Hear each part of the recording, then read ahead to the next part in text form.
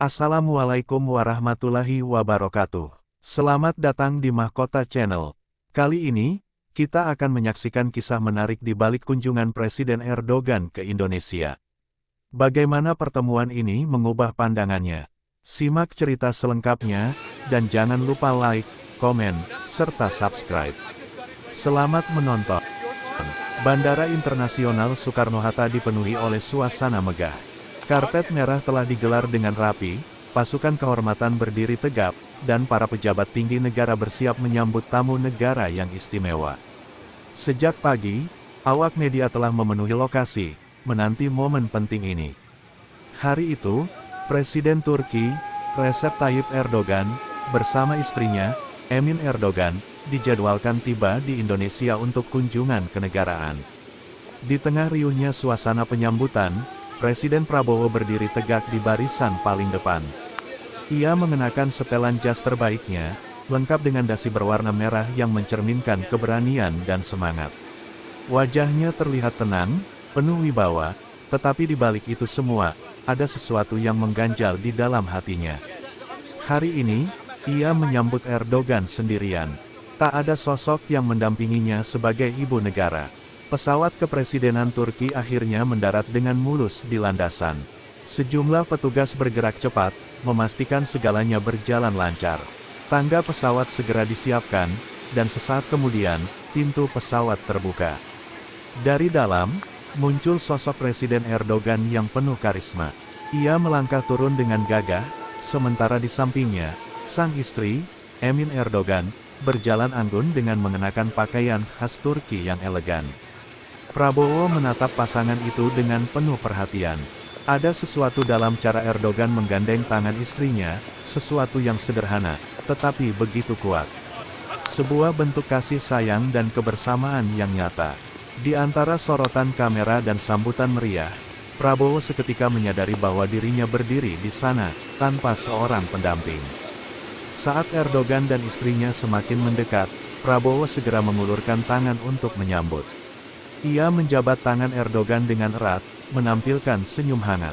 "Selamat datang di Indonesia, Yang Mulia," katanya dengan suara lantang. Erdogan membalas senyum itu dengan penuh kehangatan. "Terima kasih, sahabatku," jawab Erdogan dalam bahasa Inggris. "Kami sangat senang bisa kembali ke Indonesia." Sementara itu, Emin Erdogan menerima sambutan hangat dari para pejabat wanita yang telah disiapkan untuk mendampinginya. Ia tersenyum ramah, berbicara lembut, dan tampak sangat nyaman dengan lingkungan sekitarnya. Prabowo hanya bisa menyaksikan dari sudut matanya. Saat mereka melangkah bersama menuju mobil kepresidenan, Prabowo merasakan sesuatu yang aneh di dadanya. Sorotan kamera terus mengarah ke mereka, tetapi dalam pikirannya, ada pertanyaan yang terus mengganggu. Apakah rakyat memperhatikan bahwa dirinya datang sendirian? Apakah mereka bertanya-tanya tentang keberadaan ibu negara? Ia berusaha menepis perasaan itu. Ini adalah acara kenegaraan, dan ia harus tetap fokus. Namun, ada perasaan sepi yang tak bisa dihindari, sebuah perasaan yang tak pernah ia bayangkan akan begitu kuat hari ini. Saat mereka melangkah menuju mobil kepresidenan, Prabowo berusaha menjaga senyumnya. Ia ingin memastikan bahwa penyambutan ini berlangsung sempurna. Bagaimanapun, Erdogan adalah pemimpin dari negara sahabat yang memiliki hubungan erat dengan Indonesia. Keakraban mereka bukan sekadar hubungan diplomatik, tetapi juga hubungan personal yang sudah terjalin lama. Mobil kepresidenan berwarna hitam mengkilap sudah menunggu di depan tangga kehormatan. Prabowo dengan sigap mempersilakan Erdogan dan istrinya untuk masuk lebih dulu.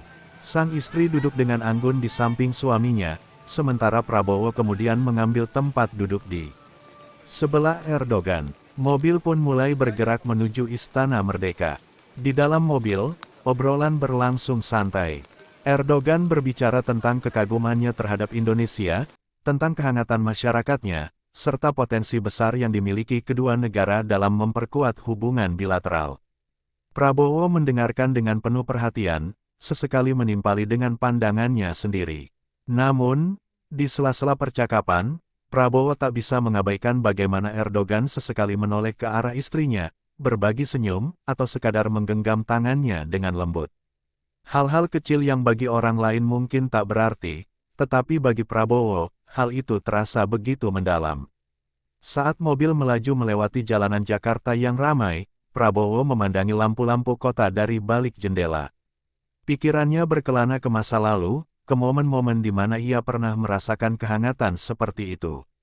Ia tak bisa memungkiri bahwa ada kekosongan dalam hidupnya yang tak dapat diisi dengan jabatan, kekuasaan, atau pencapaian politik. Erdogan tampaknya menyadari sesuatu dalam ekspresi Prabowo. Ia menepuk pundak sahabatnya itu dengan ringan. "Bagaimana kabarmu, sahabatku? Kau terlihat lebih tenang hari ini," katanya dengan nada penuh perhatian. Prabowo tersenyum kecil. "Aku baik, sahabatku. Tanggung jawab sebagai pemimpin memang tak mudah, tapi aku berusaha sebaik mungkin." Erdogan mengangguk penuh pengertian. "Aku mengerti. Memimpin sebuah negara adalah tugas yang berat. Tapi ingat, di balik seorang pemimpin yang kuat, ada seseorang yang selalu mendukungnya." Prabowo hanya tersenyum tipis. Ia tahu apa yang dimaksud Erdogan, tetapi ia memilih untuk tidak menanggapi lebih jauh. Percakapan mereka pun berlanjut ke topik-topik lain, membahas masa depan hubungan Indonesia dan Turki, sambil sesekali terdengar tawa ringan dari Erdogan dan istrinya. Sementara itu, di dalam hati Prabowo, ada sesuatu yang terus bergema, sebuah perasaan yang semakin sulit untuk diabaikan. Sesampainya di Istana Merdeka, suasana penyambutan tetap meriah. Para pejabat tinggi pemerintah Indonesia telah berjajar dengan rapi, siap menyambut Presiden Erdogan dan istrinya. Pasukan kehormatan kembali memberi penghormatan, sementara alunan musik tradisional Indonesia mengiringi langkah mereka menuju aula utama. Prabowo berjalan di samping Erdogan dengan penuh wibawa, memastikan bahwa semua protokol penyambutan berlangsung dengan sempurna. Namun, saat memasuki aula utama, ia kembali merasa ada sesuatu yang hilang. Di sebelah Erdogan, Emin Erdogan tampak anggun, berbicara ramah dengan para pejabat dan tamu undangan. Ia dengan mudah berbaur, mewakili Turki dengan kehangatan dan kelembutan. Prabowo hanya bisa mengamati. Biasanya, dalam acara seperti ini, seorang kepala negara akan didampingi oleh ibu negara yang menemani dalam berbagai pertemuan dan interaksi. Namun, kali ini ia berdiri sendiri. Para pejabat wanita yang diundang mencoba mencairkan suasana, tetapi tetap saja, ada kekosongan yang tak bisa diabaikan. Sebuah momen kecil terjadi saat Erdogan dan istrinya duduk di kursi kehormatan. Emin Erdogan membisikkan sesuatu ke telinga suaminya, lalu Erdogan tertawa kecil, menatap istrinya dengan penuh kasih. Prabowo yang melihat itu hanya bisa menarik napas pelan. Itu adalah bentuk kebersamaan yang tidak bisa ia rasakan saat ini. Acara penyambutan berlangsung dengan lancar. Sambutan dari Prabowo penuh dengan pujian terhadap kepemimpinan Erdogan, sementara Erdogan membalas dengan ungkapan rasa hormat terhadap Indonesia. Semua berjalan sesuai protokol, tetapi di dalam hati Prabowo, ada rasa sepi yang tak bisa disembunyikan. Saat sesi foto bersama berlangsung, fotografer meminta Erdogan dan istrinya berdiri di tengah, dengan Prabowo di samping mereka. Klik kamera terdengar berulang kali, menangkap momen bersejarah ini. Namun, di dalam hati Prabowo, ada perasaan ganjil. Ia merasa seolah-olah ada ruang kosong di sebelahnya yang seharusnya diisi oleh seseorang. Ketika sesi foto selesai, Prabowo melirik Erdogan yang tampak nyaman dengan kehadiran istrinya.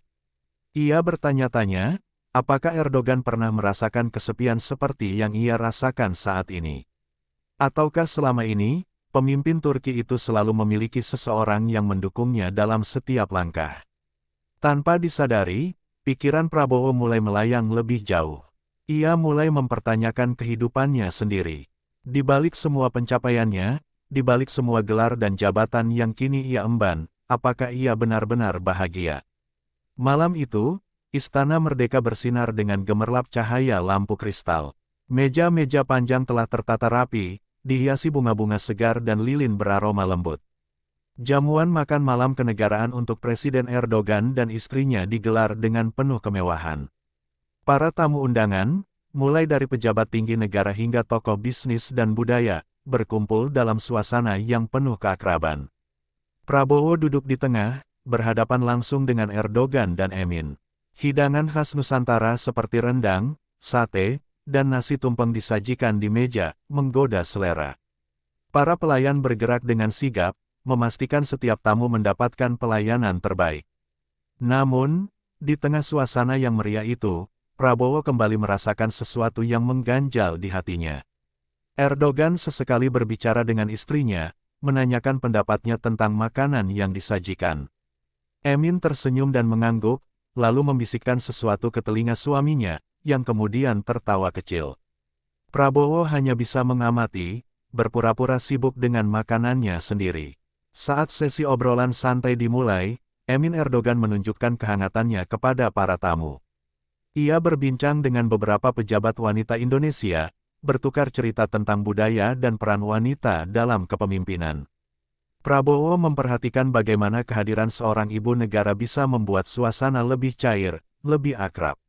Seorang pejabat senior Indonesia yang duduk di sebelah Prabowo berbisik pelan, seandainya Bapak Presiden juga memiliki ibu negara, pasti suasana akan lebih lengkap. Prabowo terdiam sejenak, kata-kata itu seperti menekan titik lemah dalam dirinya.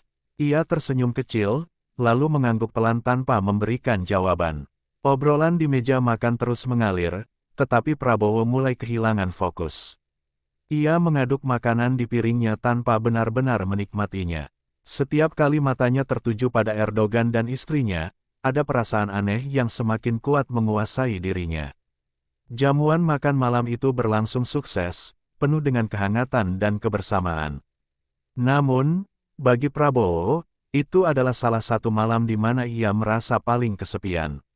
Sebagai seorang pemimpin negara, ia memiliki segalanya, kekuasaan, pengaruh, dan kehormatan.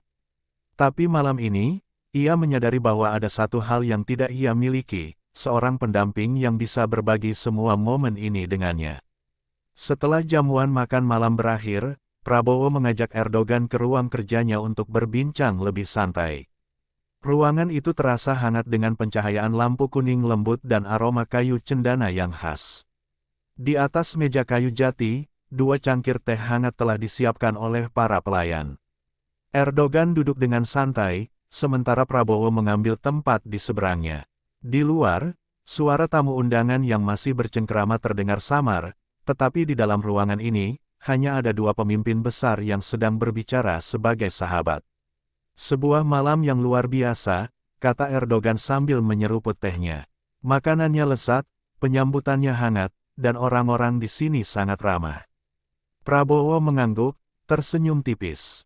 Indonesia selalu terbuka untuk sahabatnya, jawabnya. Namun, nada suaranya terdengar sedikit lebih berat dari biasanya. Erdogan tampaknya menangkap sesuatu dalam ekspresi Prabowo. Ia menyandarkan tubuhnya ke kursi, menatap sahabatnya itu dengan lebih dalam. Ada sesuatu yang mengganggumu, bukan? Tanyanya langsung. Prabowo terdiam sesaat. Ia menimbang-nimbang apakah harus mengungkapkan isi hatinya atau tetap menyimpannya sendiri. Namun, melihat bagaimana Erdogan telah menjadi teman lama yang dapat dipercaya, ia akhirnya memutuskan untuk berbicara jujur. Kau beruntung, sahabatku, kata Prabowo perlahan. Di setiap langkahmu, selalu ada seseorang yang mendampingimu. Aku melihat bagaimana Emin berada di sisimu, mendukungmu, berbagi bebanmu. Aku rasa itu adalah sesuatu yang tak kumiliki. Erdogan menatapnya dengan penuh pemahaman. Ia tidak segera menjawab, membiarkan kata-kata Prabowo mengalir tanpa tekanan. Aku telah menjalani hidup ini dengan penuh perjuangan, lanjut Prabowo. Dari dunia militer, politik, hingga akhirnya menjadi pemimpin negeri ini. Tapi kadang aku bertanya-tanya, apakah semua pencapaian ini cukup jika harus kujalani sendirian? Erdogan meletakkan cangkir tehnya. Prabowo, katanya dengan suara dalam, seorang pemimpin memang harus kuat. Tapi kekuatan sejati tidak hanya datang dari dalam diri sendiri, melainkan juga dari orang-orang yang mencintai dan mendukung kita. Prabowo menatap Erdogan, mendengarkan dengan saksama. Aku tak akan berdiri di sini jika bukan karena istriku, lanjut Erdogan. Dia bukan hanya pendampingku, tetapi juga teman seperjuanganku. Dalam politik, kita menghadapi banyak badai. Dan memiliki seseorang di samping kita untuk berbagi beban adalah anugerah yang tak ternilai. Prabowo tersenyum kecil, tetapi matanya tetap menyiratkan kesedihan yang mendalam. Ia tahu kata-kata Erdogan benar, tetapi kenyataan hidupnya berbeda. Ia telah memilih jalan yang menuntut pengorbanan, dan salah satu pengorbanan itu adalah kesendirian yang kini semakin terasa menyiksa.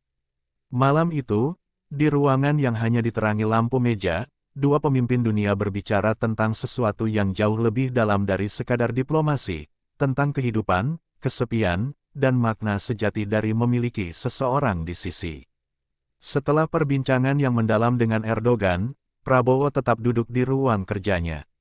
Erdogan telah kembali ke kamar yang disediakan di istana, sementara Prabowo masih termenung, memikirkan kata-kata sahabatnya tadi. Ia mencoba mengalihkan pikirannya dengan menatap berkas-berkas di mejanya. Ada laporan penting mengenai kerjasama bilateral yang harus ia baca, tetapi matanya justru terpaku pada refleksi dirinya di kaca jendela.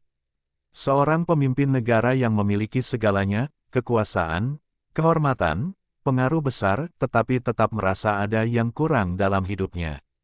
Dalam benaknya, ia membayangkan bagaimana kehidupannya jika ia memiliki seseorang yang selalu berada di sisinya.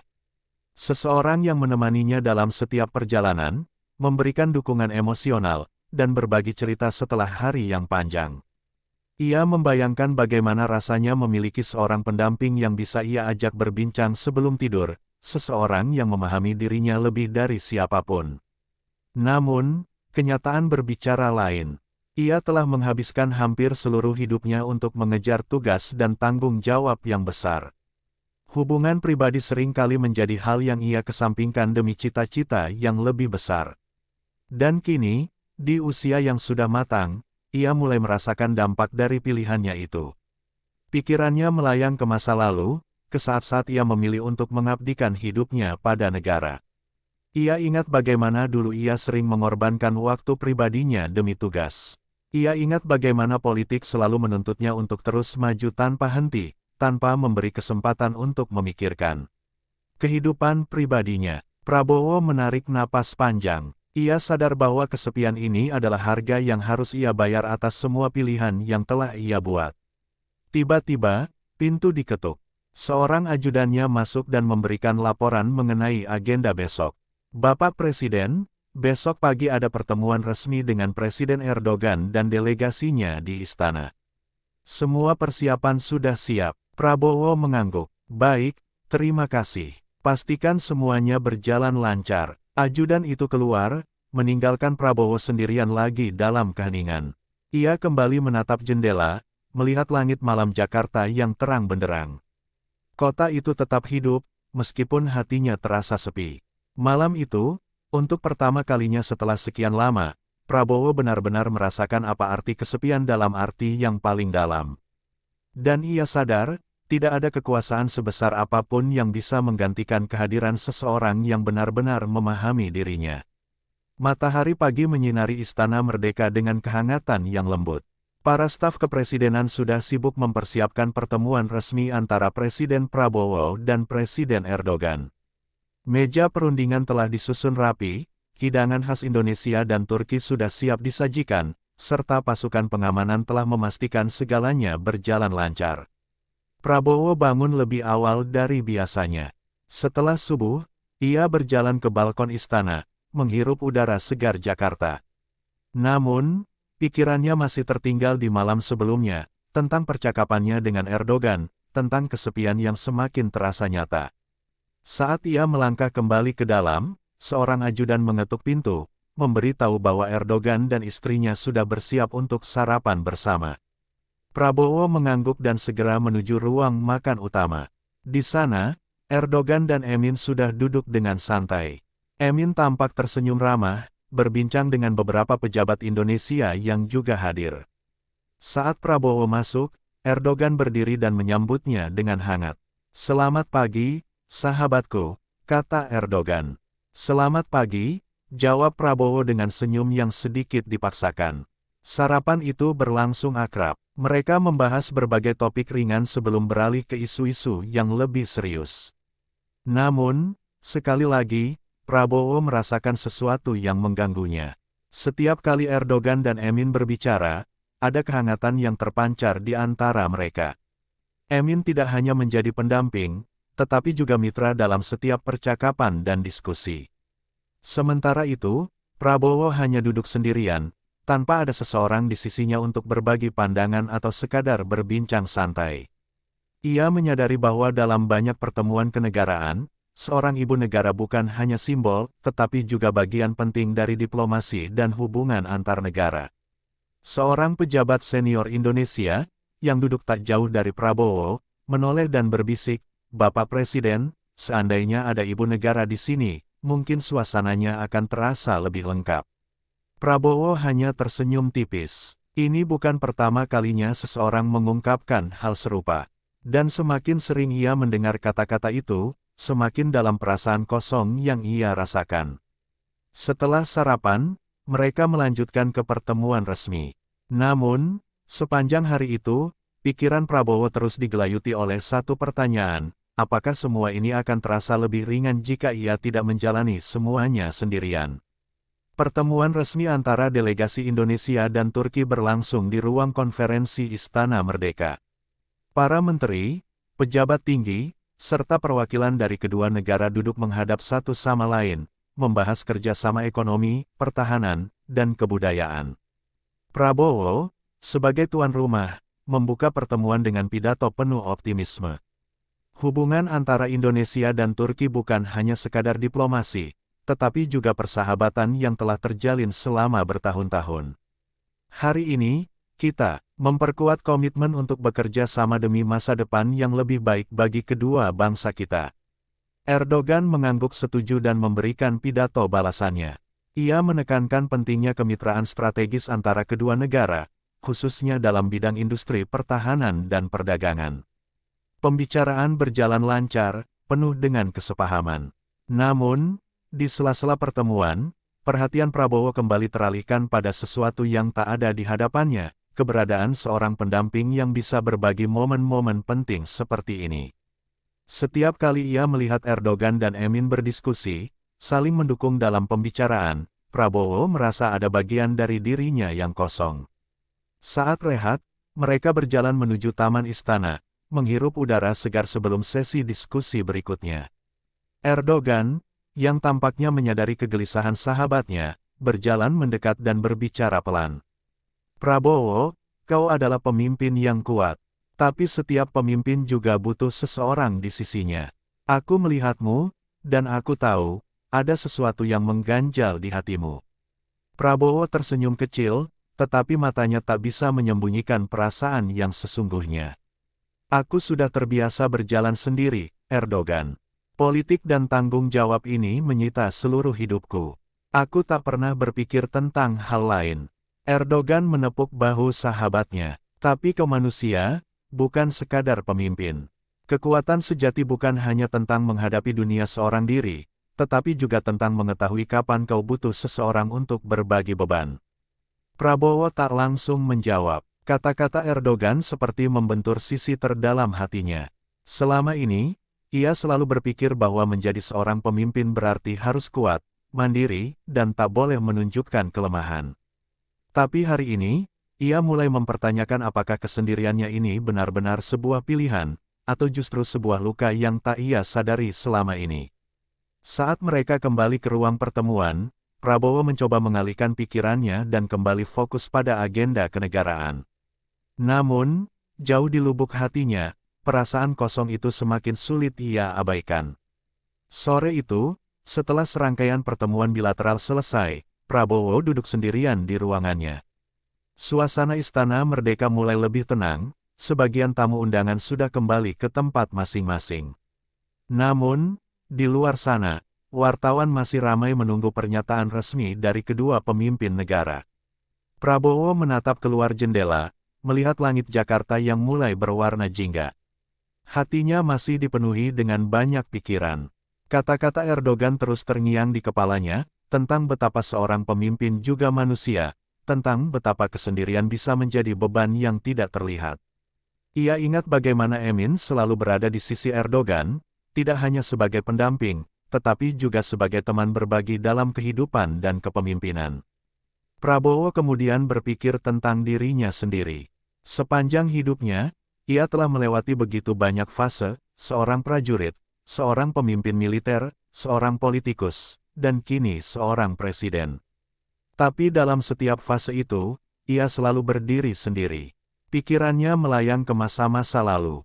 Ia teringat saat muda, ketika ia begitu fokus pada karir dan pengabdian kepada negara. Banyak orang datang dan pergi dalam hidupnya, tetapi tak ada yang benar-benar menetap. Ia selalu berpikir bahwa memiliki pasangan adalah sebuah kelemahan, bahwa seorang pemimpin harus berdiri tegak tanpa perlu bersandar pada siapapun. Namun, kini ia mulai menyadari bahwa keyakinannya itu mungkin keliru. Saat ia sedang tenggelam dalam pikirannya, ajudannya masuk dengan membawa laporan singkat tentang agenda esok hari.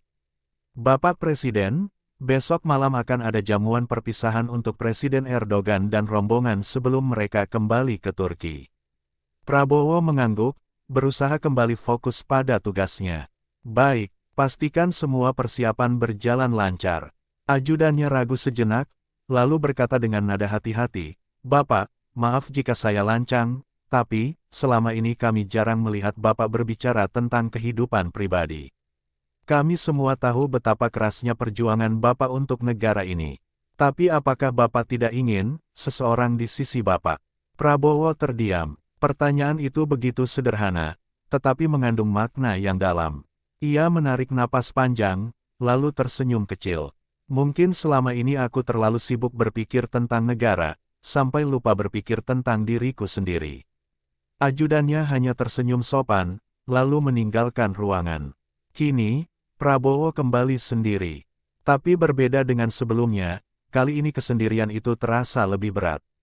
Ia tidak hanya menyadari kesepiannya, tetapi juga mulai menerima bahwa di balik kekuatan yang selalu ia tunjukkan kepada dunia, ada sebuah ruang kosong di hatinya yang selama ini ia abaikan.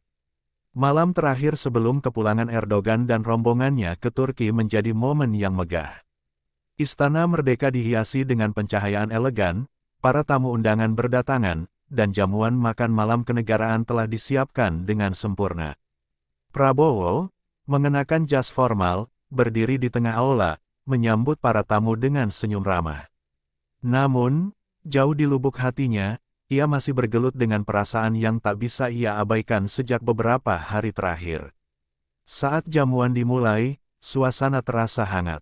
Erdogan dan Emin duduk di meja utama bersama Prabowo dan beberapa pejabat penting Indonesia. Percakapan mereka mengalir santai, membahas berbagai hal mulai dari politik, sejarah, hingga kebudayaan. Di sela-sela obrolan, Emin tersenyum hangat kepada Prabowo dan berkata, "Pak Prabowo, selama berada di Indonesia, saya melihat bagaimana rakyat begitu menghormati dan mencintai Anda. Anda adalah pemimpin yang kuat dan berwibawa." Prabowo membalas dengan anggukan sopan. "Terima kasih, Ibu Emin. Itu semua adalah amanah yang harus saya jalankan dengan sebaik-baiknya." Emin kemudian melanjutkan dengan suara lembut, "Tapi, sehebat apapun seorang pemimpin, ia tetap manusia. Ia tetap butuh seseorang di sisinya untuk berbagi beban, untuk menemaninya di saat sulit dan bahagia." Erdogan menimpali dengan senyum kecil, "Aku sudah mengatakannya padanya, Emin. Tapi dia ini keras kepala." Semua orang di meja tertawa kecil, termasuk Prabowo. Namun di balik senyumannya, ia tahu kata-kata mereka benar. Malam itu, ia tidak bisa menghindari kenyataan bahwa selama ini ia memilih untuk berjalan sendirian, dan mungkin kini saatnya ia mempertimbangkan jalan yang berbeda. Setelah makan malam selesai, Prabowo mengantar Erdogan dan Emin ke mobil yang akan membawa mereka kembali ke penginapan. Sebelum masuk, Erdogan kembali menepuk bahu sahabatnya. "Prabowo, kau telah berjuang begitu keras untuk negara ini. Tapi jangan lupakan dirimu sendiri. Hidup bukan hanya tentang politik dan kekuasaan." Prabowo tersenyum, kali ini lebih tulus. "Terima kasih, sahabatku. Aku akan mengingat kata-katamu." Saat mobil mereka pergi, Prabowo berdiri sejenak di halaman istana, menatap langit malam Jakarta. Ia menarik napas panjang, merasakan udara dingin menyentuh wajahnya. Untuk pertama kalinya dalam hidupnya, ia benar-benar mempertimbangkan sesuatu yang selama ini ia abaikan. Bukan tentang politik, bukan tentang strategi negara, tapi tentang dirinya sendiri, tentang hatinya, tentang kemungkinan membuka pintu bagi seseorang yang bisa mengisi ruang kosong dalam hidupnya. Dan malam itu, di bawah langit yang bertabur bintang, Prabowo tahu bahwa ada sesuatu yang telah berubah dalam dirinya. Setelah jamuan makan malam yang megah di Istana Merdeka, Prabowo dan Erdogan berjalan berdua di taman istana. Suasana malam yang tenang memberi mereka ruang untuk berbincang secara lebih pribadi, tanpa sorotan kamera atau formalitas kenegaraan. Erdogan menatap sahabatnya dengan penuh perhatian, lalu berkata dengan nada tenang namun menusuk, "Prabowo, kau adalah seorang pemimpin yang tangguh. Aku bisa melihat keteguhanmu dalam setiap keputusan yang kau buat. Tapi, sahabatku, apakah kau pernah berpikir bahwa kekuatan sejati seorang pemimpin juga datang dari siapa yang ada di sisinya?" Prabowo tetap diam, mendengarkan dengan saksama. Erdogan melanjutkan, "Kau tahu, di setiap langkah yang kuambil, Emin selalu ada. Dia bukan hanya seorang istri, tapi juga penopangku. Saat aku ragu, dia meyakinkanku. Saat aku lelah, dia memberiku kekuatan. Kau mungkin berpikir bahwa seorang pemimpin harus kuat dan berdiri sendiri, tapi kenyataannya, kita tetap manusia. Bahkan seorang Sultan Ottoman yang paling perkasa pun memiliki permaisuri yang menjadi sandarannya." Prabowo menundukkan pandangannya, mencerna kata-kata itu. Seumur hidupnya, ia selalu menempatkan negara di atas segalanya. Ia mengorbankan banyak hal demi pengabdiannya kepada bangsa, termasuk kehidupan pribadinya. Erdogan menepuk bahunya dengan lembut. "Kau telah melewati begitu banyak hal sendirian, Prabowo. Tapi apakah kau benar-benar bahagia?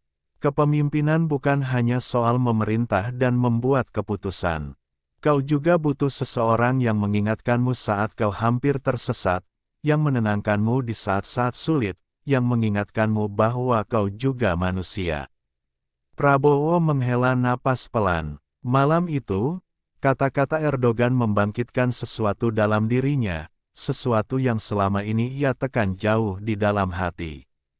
Saat mereka kembali ke istana, Prabowo memandangi Erdogan dan Emin yang berjalan berdampingan. Cara mereka berbicara, cara mereka saling menatap penuh pengertian, membuatnya sadar bahwa selama ini ia telah kehilangan sesuatu yang sangat berharga dalam hidupnya. Malam itu, untuk pertama kalinya, Prabowo bertanya pada dirinya sendiri, apakah aku siap membuka hati untuk seseorang? Setelah perbincangan dengan Erdogan, Prabowo kembali ke ruang kerjanya di Istana Merdeka. Malam semakin larut, tetapi pikirannya terus bergelayut dalam kata-kata sahabatnya itu. Ia duduk di kursinya, menatap kosong keluar jendela. Sebagai seorang pemimpin, ia telah menghadapi berbagai tantangan, perang, politik, dan perjuangan panjang. Namun, kata-kata Erdogan menyadarkannya bahwa ada satu aspek dalam hidupnya yang selalu ia abaikan, kebahagiaan pribadi. Ia teringat kembali bagaimana dulu ia begitu fokus mengejar cita-cita, membangun karir militer, hingga akhirnya masuk ke dunia politik. Semua itu ia lakukan demi bangsa dan negara, tetapi di tengah perjalanan, ia tak menyadari bahwa dirinya perlahan menjadi kesepian. Prabowo mengambil secangkir teh yang sudah mulai mendingin di mejanya. Ia menyesapnya perlahan, mencoba menenangkan pikirannya.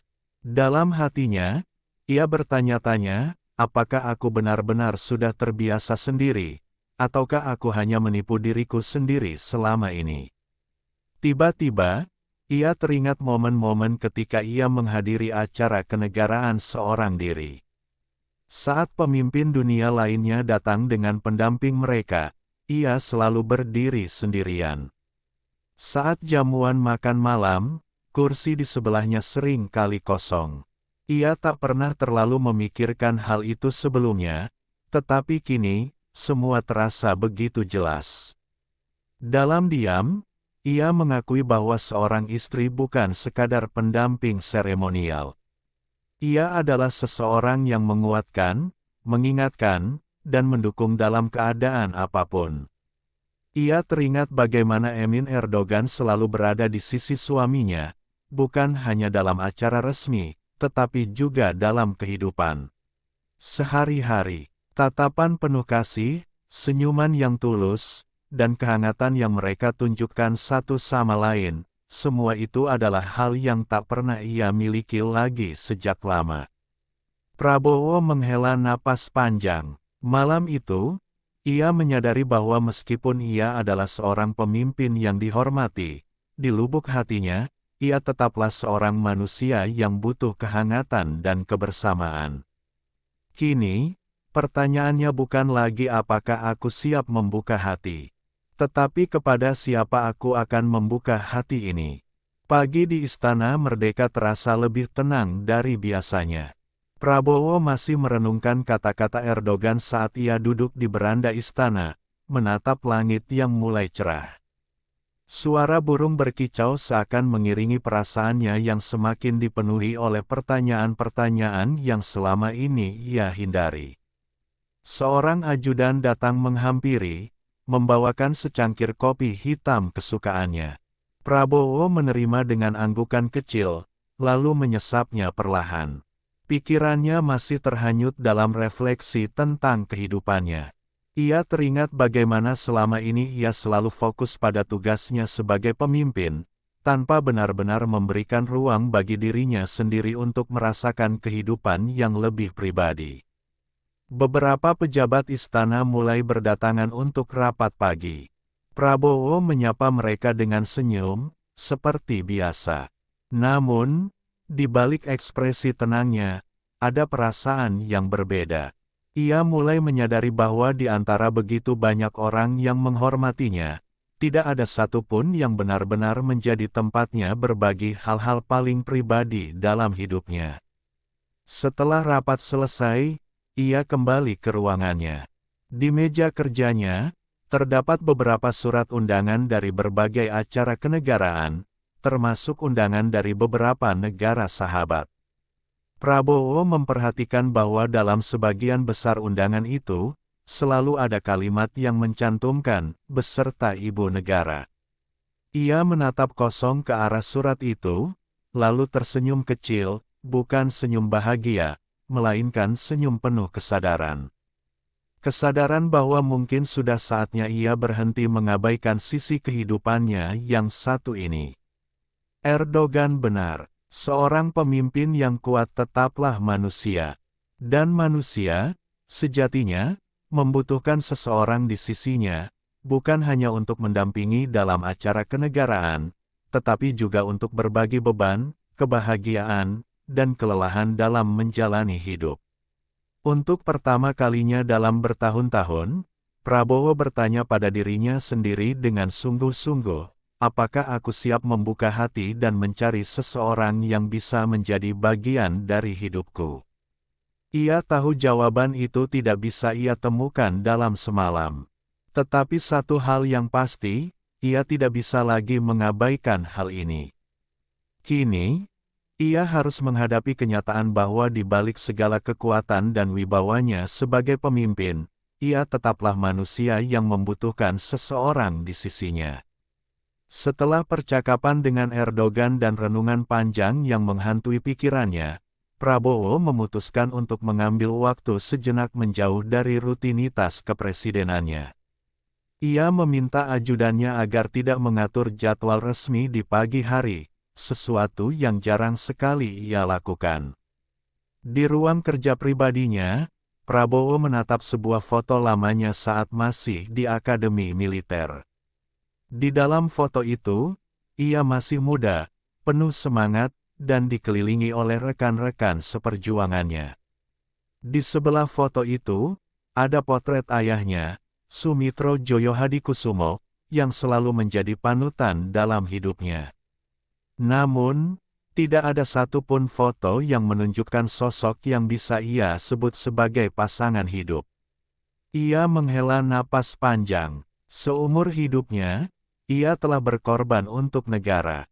Ia pernah gagal dalam kehidupan rumah tangga, dan sejak itu ia memilih untuk fokus pada perjalanan politiknya. Tapi kini, seiring bertambahnya usia dan tanggung jawabnya yang semakin besar, ia mulai merasakan ada ruang kosong yang tak bisa diisi oleh jabatan, kekuasaan, atau bahkan loyalitas rakyat. Pagi itu, ia memutuskan untuk menghubungi seorang sahabat lamanya yang juga seorang ulama. Seseorang yang selalu ia dengarkan nasihatnya dalam hal-hal pribadi. "Assalamualaikum, Kiai," suara Prabowo terdengar dalam panggilan telepon. "Waalaikumsalam, Pak Presiden. Apa kabar?" "Baik, Kiai. Tapi ada sesuatu yang ingin saya bicarakan. Sesuatu yang sudah lama saya abaikan." Kiai itu mendengar dengan tenang saat Prabowo mulai menceritakan tentang perasaannya setelah bertemu Erdogan dan Emin, tentang bagaimana ia mulai merasa bahwa selama ini ia hanya fokus pada negara, tanpa pernah benar-benar memberikan ruang untuk dirinya sendiri. "Pak Prabowo," kata sang kiai dengan lembut, "seorang pemimpin memang harus mengutamakan rakyatnya. Tapi jangan lupa, kebahagiaan seorang pemimpin juga memengaruhi bagaimana ia memimpin. Jika hati Anda kosong, bagaimana Anda bisa memberikan kehangatan dan kebijaksanaan kepada rakyat?" Prabowo terdiam. Kata-kata itu begitu sederhana, tetapi terasa begitu dalam. Banyak orang berpikir bahwa cinta dan pernikahan hanyalah tentang menemani hari tua. Tapi lebih dari itu, seorang istri adalah sahabat sejati, pelindung hati, dan pengingat di saat kita hampir tersesat dalam ambisi dunia. Kali ini, Prabowo tidak lagi menyangkal.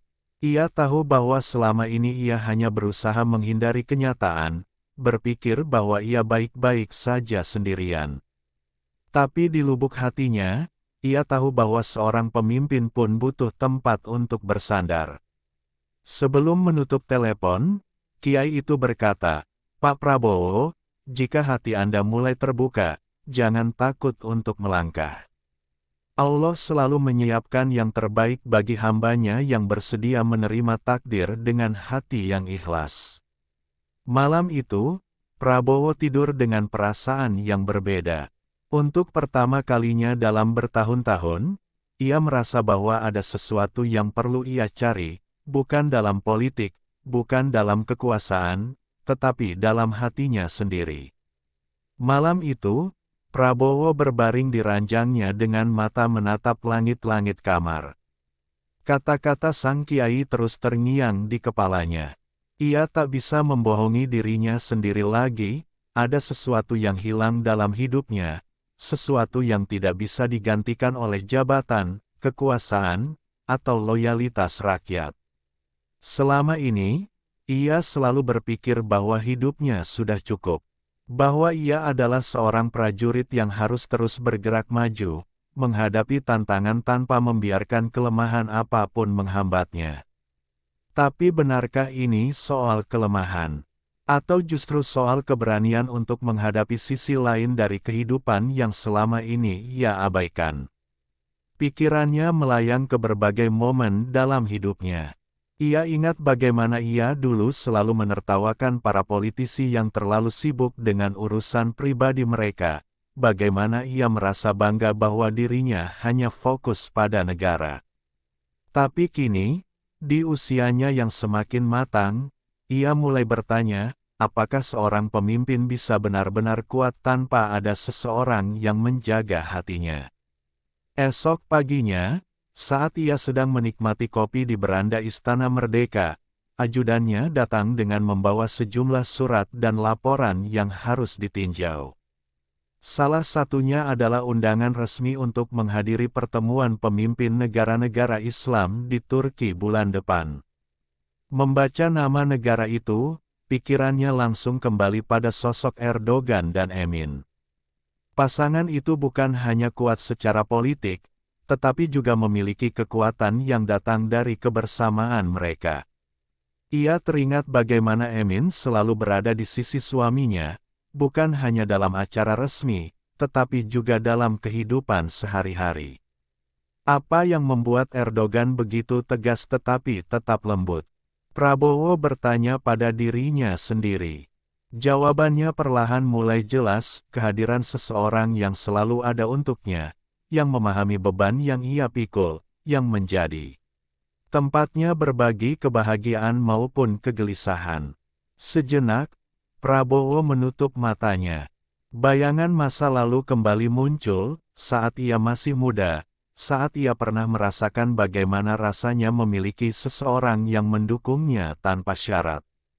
Namun, kehidupan membawanya ke jalan yang berbeda, membuatnya percaya bahwa ia harus berdiri sendiri untuk mencapai puncak. Tapi benarkah ia benar-benar berdiri sendiri? Selama ini, ia dikelilingi oleh banyak orang, pejabat, penasihat, bahkan rakyat yang mencintainya. Namun, tidak ada satupun di antara mereka yang bisa ia ajak berbicara tentang dirinya sendiri, tentang perasaannya, tentang kelelahan yang kadang tak bisa ia tunjukkan. Pagi itu, ia mengambil pena dan menulis sesuatu di selembar kertas kosong.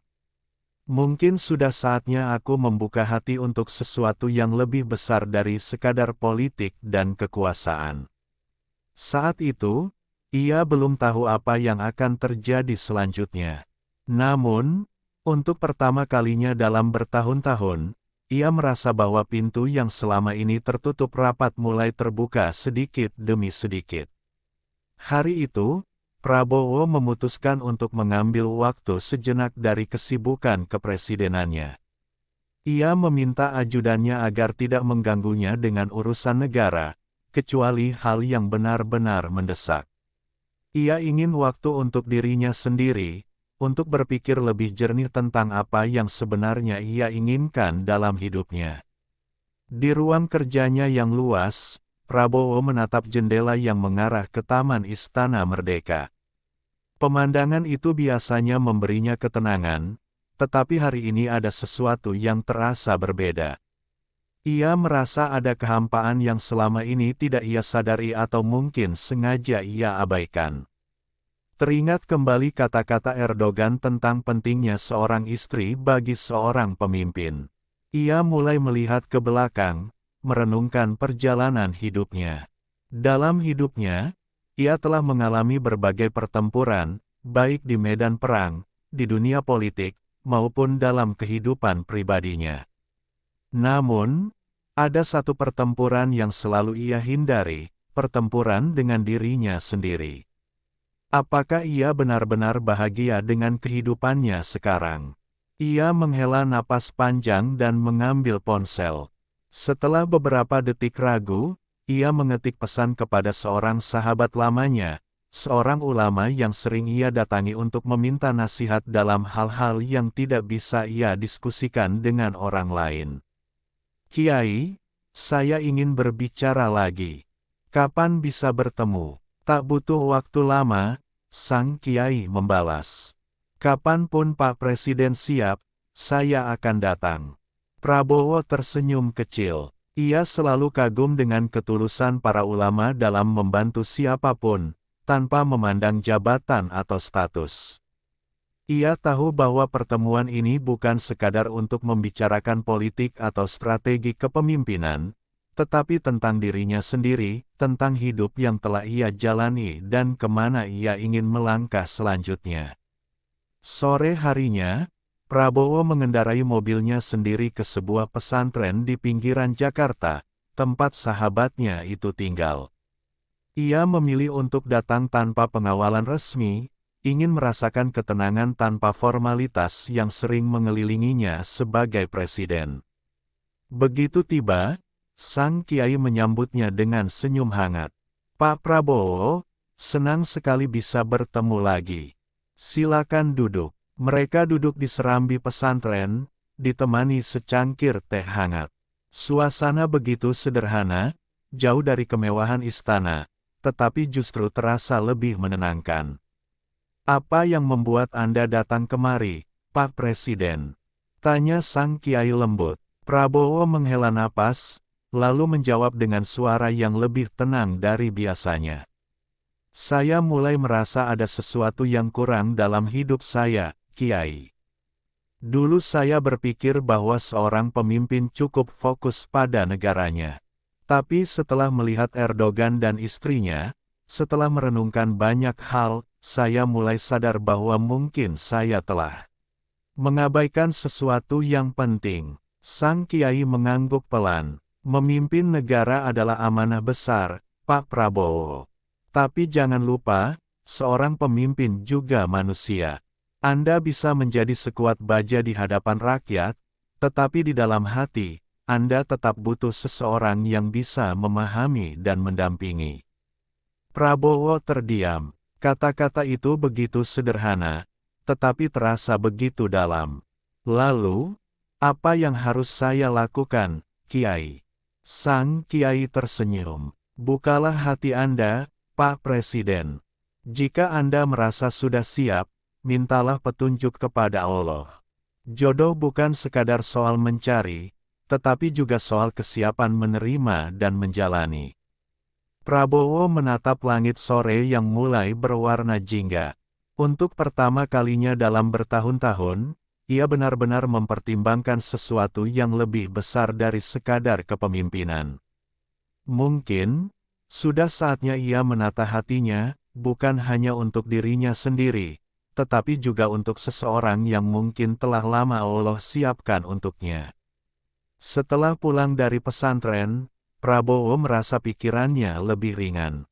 Kata-kata sang kiai terus terngiang dalam benaknya, jodoh bukan sekadar soal mencari, tetapi juga soal kesiapan menerima dan menjalani.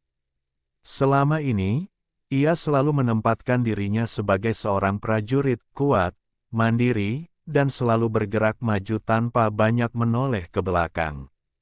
Namun, kini ia menyadari bahwa menjadi seorang pemimpin bukan hanya tentang memimpin negara, tetapi juga tentang memiliki keseimbangan dalam hidup. Di ruang kerjanya yang sepi, ia membuka buku catatannya.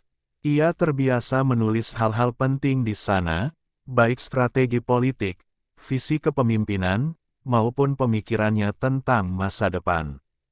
Namun, malam itu, ia menulis sesuatu yang berbeda. Seorang pemimpin harus kuat, tetapi bukan berarti harus sendiri. Keseimbangan dalam hidup adalah kunci untuk menjadi pemimpin yang lebih baik. Apakah aku siap untuk membuka hati? Prabowo menutup bukunya dan menghela napas panjang. Ia tidak terburu-buru mengambil keputusan, tetapi untuk pertama kalinya, ia tidak menutup diri dari kemungkinan bahwa ia membutuhkan seseorang di sisinya.